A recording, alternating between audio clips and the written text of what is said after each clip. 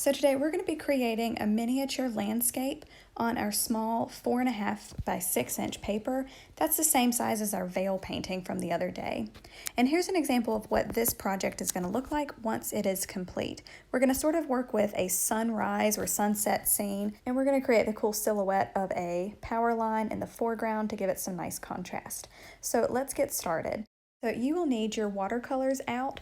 And your paper, you want to make sure that it's taped down all the way around, right along the edge. That's going to make sure that you have that nice white border around your painting when you peel that tape up later. So make sure you have nice, fresh, clean water, and your first step is going to be to completely wet the entire surface of your painting. This is going to be really important in order to create the watercolor washes that we're going to be using today. To help you double check if you've gotten water on the entire paper surface, you can look at it from an angle and there should be a nice glossy glare to the whole thing, and then you're going to know that it's ready to move on to the next step. Now while this paper is wet, you do want to work pretty quickly before it dries, but we're going to start by mixing a nice rich blue and painting it right along the top edge. And because this is wet, that's going to pull down all of that color and allow it to bleed. Next, very quickly, you're going to mix up a nice violet and paint right underneath it and let those two colors start to bleed and mix together. They're going to start to pull down the page. So rinse your brush, and with just water below that, fade that color out into the white below it. So this is what's called a gradient wash, where it fades out and becomes lighter towards the bottom.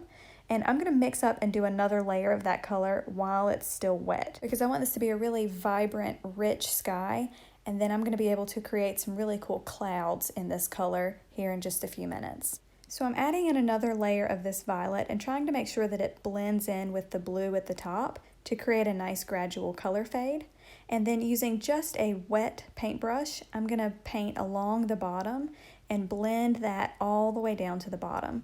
So for right now, the blues and violets sort of take up about the top half of the page, and now I'm going to mix up more of a magenta and a magenta orange sort of color to kind of represent the sunlight. If this is the sun coming up or the sun going down, we get all these really great vibrant colors.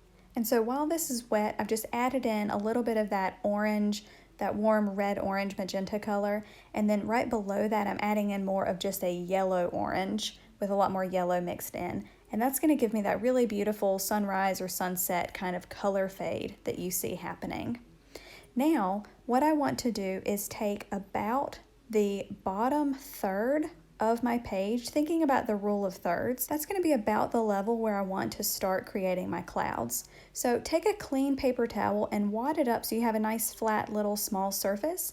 And I'm going to use that paper towel to dab up the color and lift it while it's wet to create the illusion of these nice puffy white clouds. And this is going to give us a really nice soft edge because the paint is still wet, so it's still fairly fluid. We'll have some nice soft edges. And dab away to reveal this lighter cloud formations. I sort of have higher clouds on the sides and they sort of dip down in the middle. This middle area is where I'm going to put the sun here in just a moment. Now we're going to create some cool sun rays by rinsing our brush and drying it off. We want to pat this dry with our paper towel to lift out most of the moisture. That's going to be using a thirsty brush, as I call it.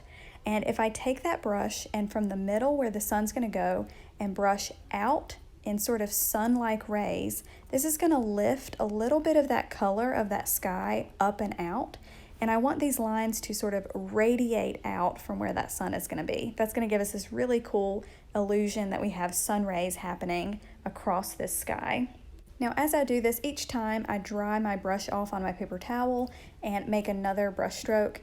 Now if it begins to dry where it's not lifting up any color on you, you can add a tiny bit of water to your paintbrush and dab it off on your paper towel and then keep going. And you're going to do this until you get the sort of desired effect, however many sort of sun rays and streaks you want to be in your sky.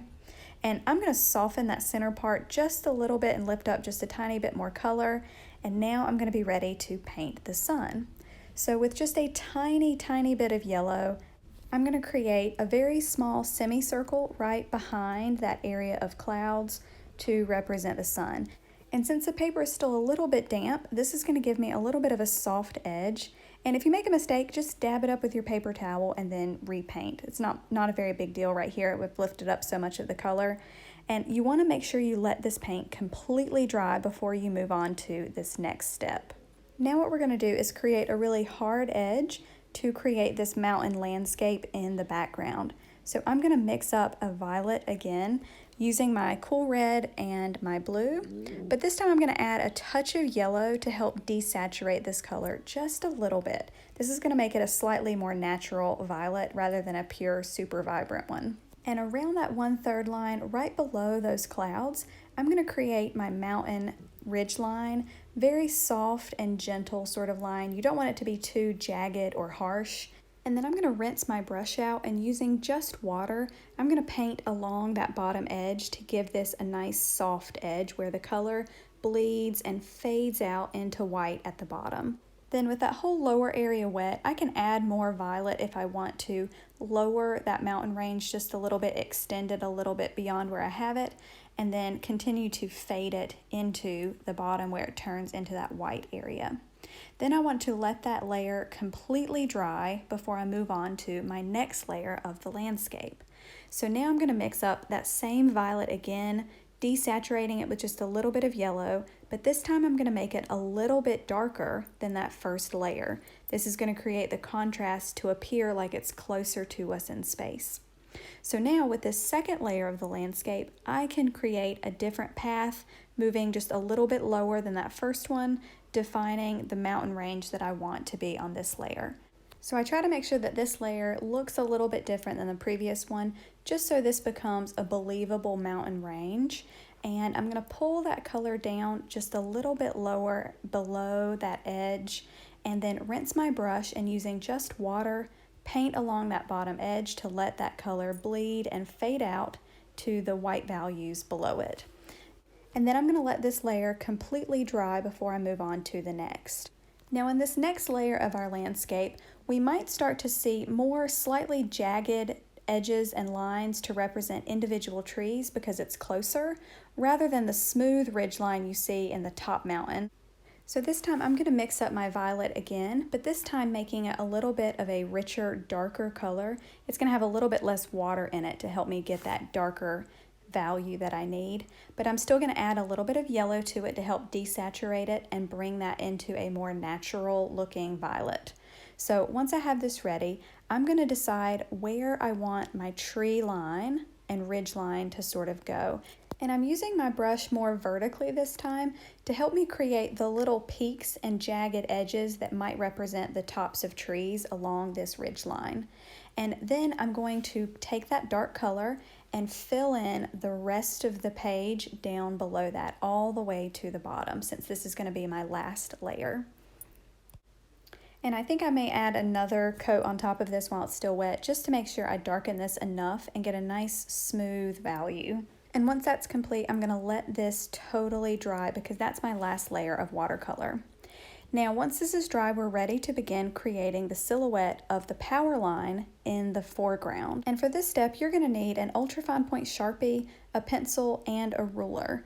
So to choose the placement of your post, you can place it either on the left or the right side, but you don't want to put it right in the middle because that's compositionally really boring. Instead, for this one, I think I may shift it off to the left a little bit. And if I think about the rule of thirds, I may place it along the left rule of thirds here. And I'm going to use my ruler and a pencil to lightly block in the height that I want this to be. Right now I'm going to make this about 2/3 of the height of my paper and place in 2 lines for the width and a curved line for the top edge of that post. Now I'm going to create the angled edge for that cross section. So I want to create a very gentle sloping angle. I don't want it to be perfectly straight, and I also don't want it to be a really sharp tilted angle either, but just a very gentle slope. That's going to give me the illusion that it's sort of turned in space. And next I'm going to create the little vertical sort of cylinder shapes on top of this post.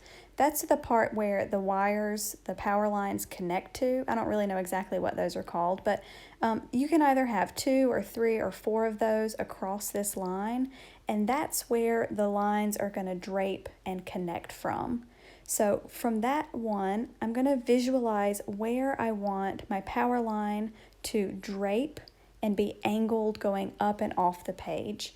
Now I'm going to make these lines very, very light, but I'm going to try to create this illusion that they are going up, like I'm looking at it from a lower perspective, creating a cool sense of depth within my composition. Now I'm making sure that I keep these lines really light, and if I do have to erase, I want to do it very, very gently because I don't want to accidentally lift up the watercolor, because if you rub too hard with an eraser, you can erase some of the watercolor and make your sky look streaky, which we don't want to do.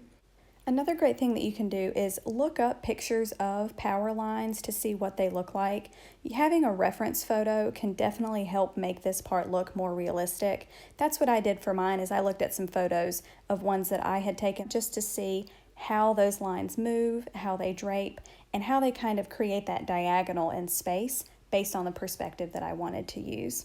So once you've created this and you feel pretty happy with how they look, you're then going to switch over to your ultra fine point Sharpie. And I'm going to use my ruler to help me make sure I keep my lines nice and straight. And I'm going to fill all of this area in Sharpie, shading in that power line pole. And this is going to turn this into a silhouette.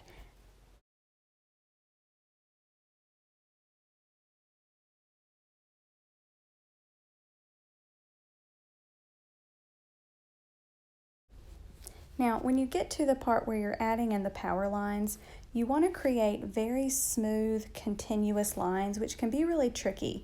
So be very careful when you get to this part, and you want to try to brace your hand against your table and then let your hand slide smoothly across your paper. That way you get one continuous and smooth flowing line. You don't want these to be jagged or be stopped and picked up. You want that nice continuous line for this to be believable. Now, since I did create a cool illusion of depth, I am going to widen the top part of these power lines, the part that's closer to me, and thin it out as it moves further away in space. That's going to be another very subtle detail that helps create this illusion of depth in my painting.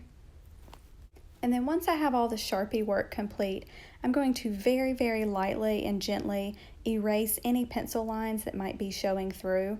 But just be very careful first that your Sharpie is completely dry and that you're not erasing so hard that you accidentally lift up and erase parts of your watercolor. Now, once this painting is complete, you can very gently lift up your tape to reveal your nice clean white edges, and your painting is officially finished.